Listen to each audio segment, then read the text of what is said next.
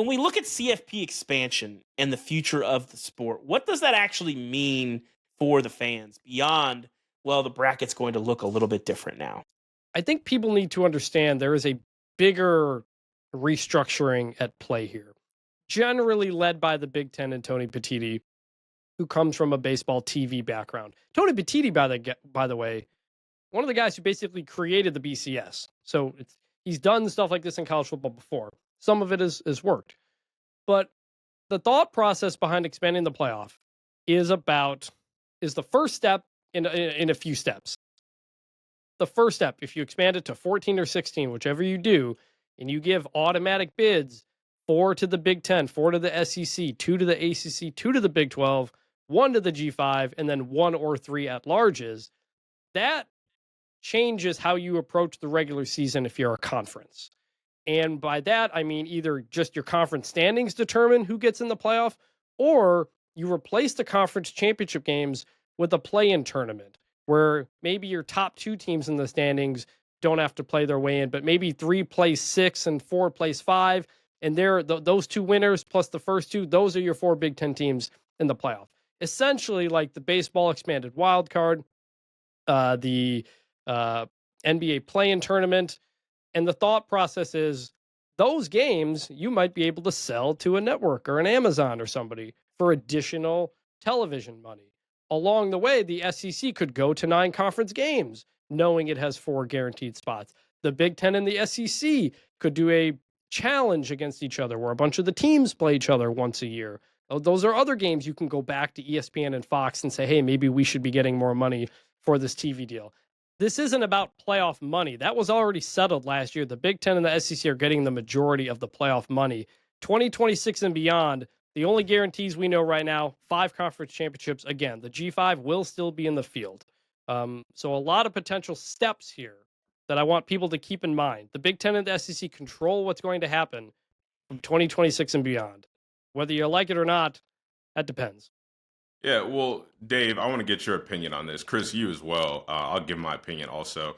But with all of these, potential outcomes, Chris, that you're talking about with expanding, like, is this good for football? Is this good for the average football fan? Personally, I don't think it is. I think that we're continuing to dilute the product of what college football is and what makes college football, especially the playoffs, the national championship special. I even throw conference championships in there. But what are your guys' thoughts on it? Do you think it's improving or hurting the game?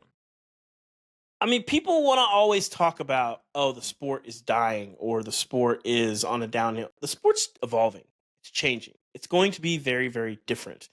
It's not 1965 anymore. Like, we've talked about this during conference championship week, and as we sort of see what the expanded playoff is going to do, conference titles don't mean that much. Like, the sport is going to be defined by the playoff. I don't think the playoff is big enough to dilute the regular season in the same way that we've seen in college basketball, where it's like, we're a month into the season and everybody's like, these games don't really matter. I think the games still matter a lot. And I do think, too, at the end of the day, college football as a cultural institution is still going to be there. In the fall, in the places where college football means a lot, those 8 Saturdays or whatever that you're hosting a game is still going to mean a ton to those communities. And again, as the sport changes, as the governance, the postseason, all that stuff changes, those fall Saturdays are still going to be special. And ultimately, like, the thing that you're shooting for, the goals, you still want to beat your rivals, but like conference titles meaning less and the playoff meaning more.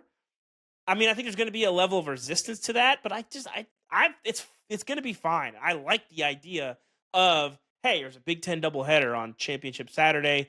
Michigan and Ohio State or whatever are already in the playoff, but Penn State, Oregon, USC, whatever. I like that idea. It's more good football. I'm okay with it. So under this hypothetical, say the Big Ten has its 3 versus 6 and 4 versus 5. The 2 winners make the playoff.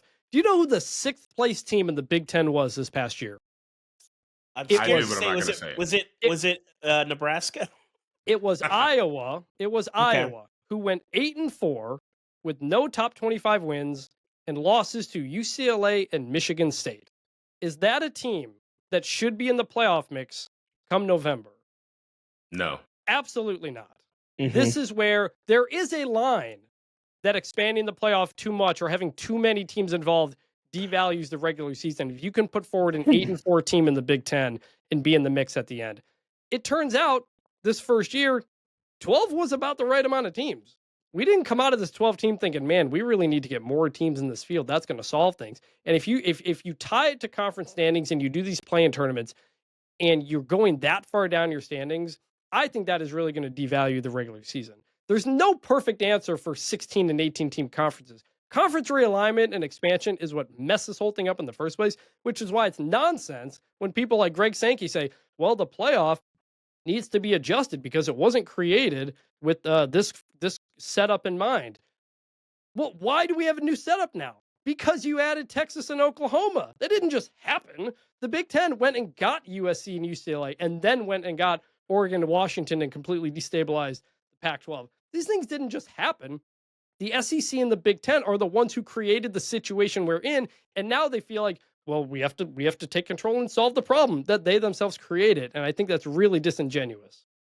I don't want to harp too much about it because I don't want to be seen as the negative guy that thinks the opposite of David Ubben, which is that college football is dying. But again, I do think you're diluting the product. I think that what Chris said about, adding teams and you're digging at the bottom of the barrel to find more teams for your conference to get in the playoffs just so your conference as a whole looks better. But then again, you're just diluting the actual prestige of even getting to the college football playoff. And when I look at all these teams, I think about men's basketball and the big tournament that they have, the land of 64, and then it dwindles down to 32 and then 16.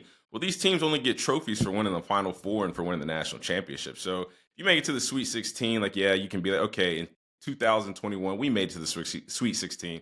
You don't really have anything to show for it. Nobody really cares. It doesn't really matter. And I think that the more that we expand the college football playoff, you're just getting more of the same sense of that. You're throwing teams and you're creating matchups that at the end of the day, nobody's going to remember and nobody's going to care about. And nobody's going to care about you losing as a 16th seed in the first round of the playoffs when, 4 games later, then the national champion is crowned. I think that you're just adding extra games. You're adding extra wear and tear to these players that are looking to maximize their small window of athletic ability. I think that, Chris, you might agree with this. I think that is going to be one of the focal points of your season and probably the most important part of your season. But I don't think that should outweigh rivalry games, to David's point earlier. I don't think that the Iron Bowls and, the Ohio State versus Michigan matchup should mean less just because you make it one extra step because they expanded the field again to get more teams that aren't deserving to be in. That's my spiel.